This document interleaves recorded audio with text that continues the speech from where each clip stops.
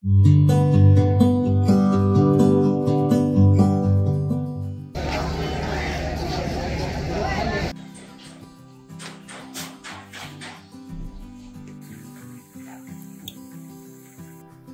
বন্ধুরা, আসসালামু আলাইকুম and welcome to my channel.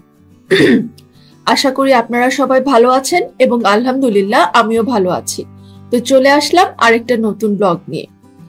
So আমি, আম্মু আর আমার ভাইয়া হঠাৎ করেই ময়মনসিংহে গেলাম। ইটস এ সাডেন ট্রিপ, এবং যেহেতু ময়মনসিংহে গেলাম, একটা ট্রিপ শুরু করলাম, তাই প্রথমেই আপনাদের সাথে মিষ্টি মুখ করে এই ব্লগটা শুরু করছি।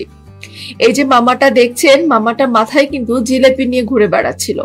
সো বড় মা বললো আর কি জিলেপি খাওয়ার জন্য, আর জিলেপি তো আমার খুবই পছন্দ এবং বড় মারও খুব পছন্দ ছিল। তারপর বড় মা প্রায় নাকি মামার কাছ থেকে নেয়, তবে মামার এই জিলাপিগুলো খাওয়ার আগে বুঝতে পারিনি যে জিলাপিটা এত মজার ছিল। মানে আম্মু প্রথমে বললো আচ্ছা হাফ কেজি নিতে, আমি বললাম না 250 গ্রামই নাও, বেশি খাবো না, কারণ আমার একটু সন্দেহ লাগছিল কেমন যেন হয়। বিশ্বাস করেন 250 গ্রাম নিল, এবং আমি আর আমার ভাই দুজন মিলেই মনে হয় খুব বেশি হলে 10 থেকে 15 মিনিট লাগছে, আমরা জিলাপি শেষ করে ফেলছি। এত টেস্টি ছিল। বাট আনফরচুনেটলি আমি যতদিন ছিলাম এরপরে ততদিন এই মামা আর একবারও আসেনি, না হলে তো অবশ্যই আমি আরো খেতাম। মানে আমি এমনিতেই যে হারে জিলিপি খাই, আর এটা যে এত মজা ছিল বলার মতো না। ময়মনসিংহের এই ট্রিপটা আসলে একদম সাডেন ট্রিপ ছিল, এবং কিছু কাজও ছিল, তো তেমন কোনো কাজ ছিল না। কিন্তু যাওয়ার পরে আসলে কিছুই তেমন হলো না, কারণ একে তো ঠান্ডাও ছিল, আর এরপরে দুই জায়গার পানি এসব হাবিজাবি নিয়ে একটু অসুস্থ হয়ে পড়লাম। তাই বেশি আর ঘর থেকে বের হওয়া হয়নি, কিন্তু কিছু না বের হলে কি হয়, তাই চিন্তা করলাম টুকটাক যে কাজ ছিল সেসব কাজকর্ম তো করবই, সাথে বড় মাকে নিয়ে আমি আর আমার ভাই বের হয়ে গেলাম একটু কাজ শেষ করতে। আর সাথে হচ্ছে মনে হলো অনেকদিন ধরে ময়মনসিংহ রেল স্টেশনটা ঘুরে আসি না, তাই গেলাম রাতের বেলা একটু ময়মনসিংহ রেল স্টেশনটা ঘুরে আসি। তো চলুন তাহলে আপনারাও আমার সাথে দেখে নিন ময়মনসিংহ রেল স্টেশনটা কেমন। যারা দেখেছেন তারা তো দেখেছেনই, আর যারা দেখেননি বা যাদের বাড়ি ওখানে আছে তাদের নিশ্চয়ই এখন একটু নস্টালজিয়া ফিল হবে। তো চলুন তাহলে ঘুরে আসি ময়মনসিংহ রেল স্টেশনটা কেমন।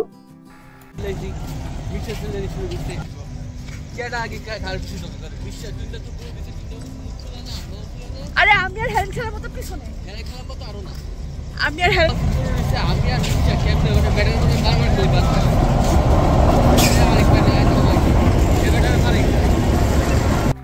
সত্যি কথা বলতে কি, আমি মোবাইলটা বের করতে অনেক ভয় পাচ্ছিলাম তখন, কারণ তার আগে কিছুক্ষণ আগে বাসা থেকে বের হওয়ার আগেই শুনেছি কিছুক্ষণ আগে একজনের মোবাইল ছিনতাই গিয়েছে। তাই আসলে মোবাইলটা হাত থেকে বের করতে আমার অনেক ভয় লাগতেছিল।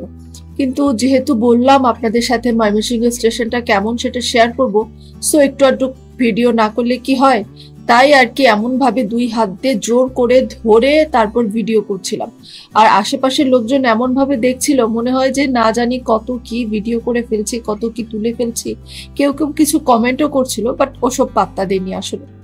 তো এখানে একটা ট্রেন দাঁড়িয়েছিল, যেটা মেবি মোহনাগঞ্জ কিছু একটা ছিল, সরি বলতে পারছি না, ওই জায়গায় যাবে। তো এই তো এতটুকুই করতে পারলাম। এরপর আসলে আমি আমার মোবাইলটা তাড়াতাড়ি ব্যাগে ঢুকিয়ে ফেলি, কারণ আমার খুবই ভয় লাগছিল।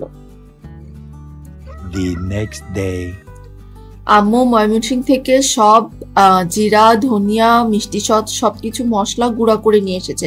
সেজন্য প্রায় 2 কেজি করে সবকিছু কিনেছে, এবং এগুলো তারপর টেলেছে, তারপর আমরা গুঁড়া করতে দিয়ে গিয়েছি।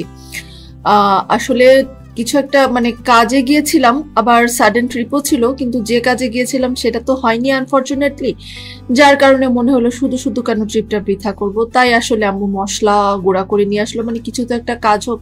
আর এরপর দিন বড় মা বানালো গরম গরম মজার তালের পিঠা।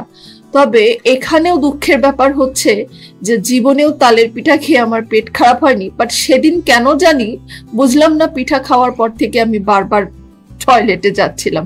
যাকে কি আর বলবো, বাট পিঠাগুলো কিন্তু খুবই মজার ছিল।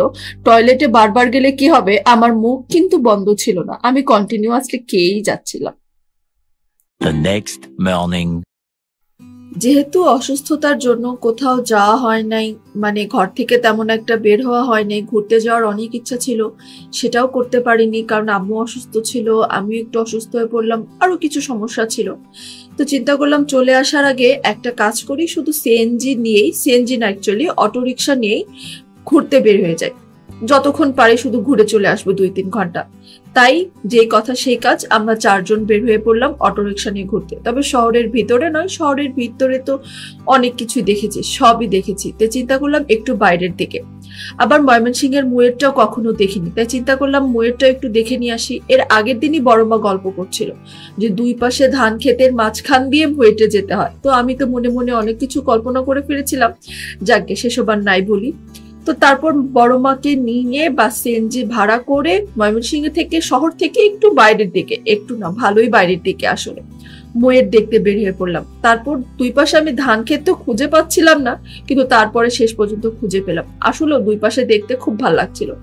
আমরা শুধু ওই যে অটোরিকশা গুলো আছে না, সেগুলো নিয়ে বের হয়ে পড়লাম, আর কিছু চিন্তা ভাবনা না করে জাস্ট ঘুরতে ঘুরতে যাব এবং অটোরিকশা দিয়ে মুয়েট ঘুরে, আরো ওই যে ময়মনসিংহে একটা সুন্দর রিসর্ট আছে সিলভার ক্যাসেল, সেটা ঘুরে তারপরে আসবো। তো সেখানে আর যাওয়া হয়নি, কিন্তু মুয়েটটা দেখা হলো, তাও সেভাবে দেখা হয়নি, আসলে দূর থেকে দেখে চলে এসেছি।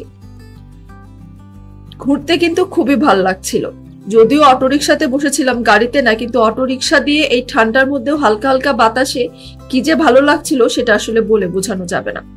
আর এই ছিল ময়মনসিংহের মুয়েট। আসলে আমি সেভাবে ভিডিও করতে পারিনি, কারণ এখানেও ক্যামেরাটা আমাকে খুব সাবধানে ধরে রাখতে হচ্ছিল, কারণ সিএনজি থেকেও আসলে কিভাবে যে টান দিচ্ছে, এরকম অটোরিকশা তো 2 দিক থেকে খোলা, যে কোনো মুহূর্তে আমার মোবাইলটা চুরি হয়ে যেতে পারে। সেই ভয়ে 2 হাত দিয়ে চেপে ধরে রাখছিলাম, বারবার ব্যাগে ঢুকাচ্ছিলাম আর বের করছিলাম, সেজন্য সেভাবে ভিডিও করতে পারিনি। মানে কিন্তু আমি দেখে এসেছি, ভিডিওটা আসলে সেভাবে করতে পারিনি, সেজন্য দুঃখিত। এটা ছিল বিডিআরদের স্কুল। বিডিআরদের স্কুল, তারপর ওদের থাকার জায়গা, মানে দেখেন অনেক বড় জায়গা জুড়ে, ঢাকায় যেমন অনেক বড় জায়গা জুড়ে ওদের দখল, ওইখানেও তেমন অনেক বড় জায়গা জুড়ে ওদের দখল। মানে এত সুন্দর ওদের চারপাশের পরিবেশটা, পুরোই সেপারেট।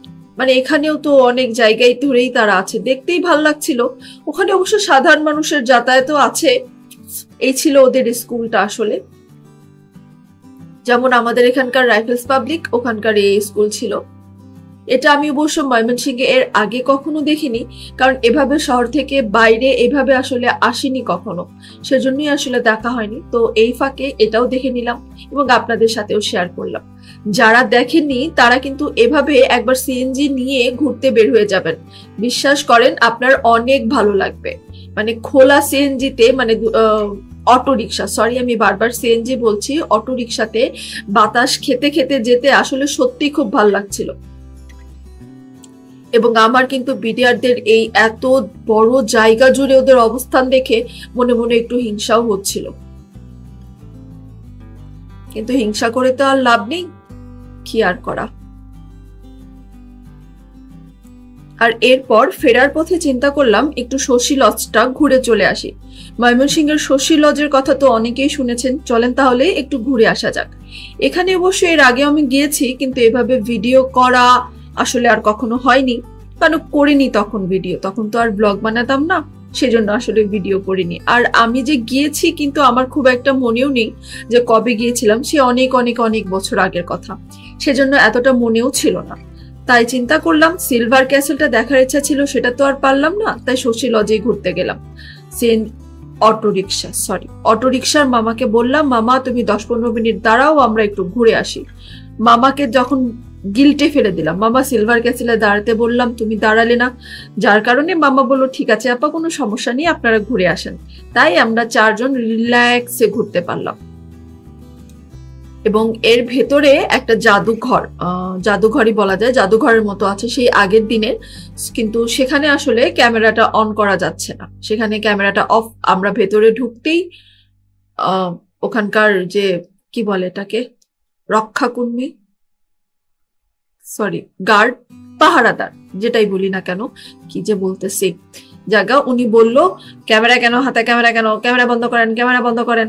আর তখন ক্যামেরা বন্ধ করলাম, না হলে ভেতরে ঢুকেই আমার মুখ দিয়ে প্রথম সাউন্ডটাই বেরিয়েছিল ওয়াও, কারণ এত সুন্দর খাট পালঙ্ক ছিল না, দেখতেই ভাল লাগছিল। আর এখানে পেছন দিকে যাচ্ছিলাম, একটা পুকুর ছিল, পুকুরটা দেখতে।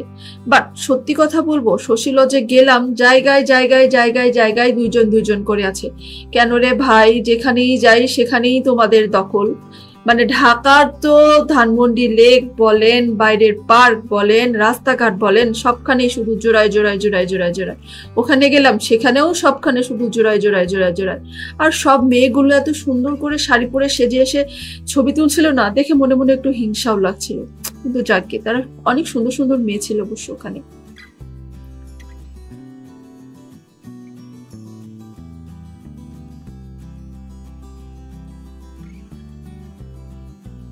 আর সেখানে আমরা 4 জন ছিলাম বিধ্বস্ত, মানে ঘুরতে ঘুরতে বাতাসে আমাদের চুলের অবস্থা, নাক মুখের অবস্থা একদম কাহিল ছিল। আর কি আর করা, সেজন্য আমরা তেমন কোনো ছবি টবিও কিছু তুললাম না। তো সুন্দর একটা জায়গায় গেলাম কিন্তু কোনো ছবি তুললাম না, যেহেতু আমার ভাইয়ের চুলের অবস্থায় কোনো গড়বড় হয়নি, সে ছবি তুললো। আর আমরা 3 জন এমনি শুধু দেখে চলে আসলাম, চোখের দেখা। আর আপনাদের জন্য শশী লজটা ভিডিও করে নিয়ে আসলাম।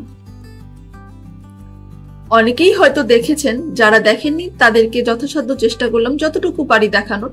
ভিতরটা দেখাতে পারলে আমারও আরো ভালো লাগতো, কারণ ভেতরে অনেক কিছুই ছিল, আগে দেখতেই আপনাদের ভালো লাগতো। তো বন্ধুরা, এই ছিল আমার ময়মনসিংহের কয়েকটা দিনের ছোট্ট একটা ট্রিপ। আসলে তেমন কিছুই করিনি, কিছুদিন এভাবে ঘরে বসেই পার করে দিলাম, তেমন কিছু একটা করিনি। যা করেছি তাই আপনাদের সাথে শেয়ার করলাম। আর যদি আমার এই ভিডিওটি আপনাদের ভালো লেগে থাকে তাহলে একটা লাইক দিতে কিন্তু ভুলবেন না। যারা এখনো আমার চ্যানেলটি সাবস্ক্রাইব এন্ড শেয়ার করেননি, প্লিজ আজকে আমার চ্যানেলটি সাবস্ক্রাইব করে আমার সাথেই থাকবেন। আমার পরিবারের জন্য দোয়া করবেন, নিজের পরিবারের খেয়াল রাখবেন। শীঘ্রই আপনাদের সাথে আরো একটি সুন্দর ভিডিও নিয়ে দেখা হবে। আল্লাহ হাফেজ।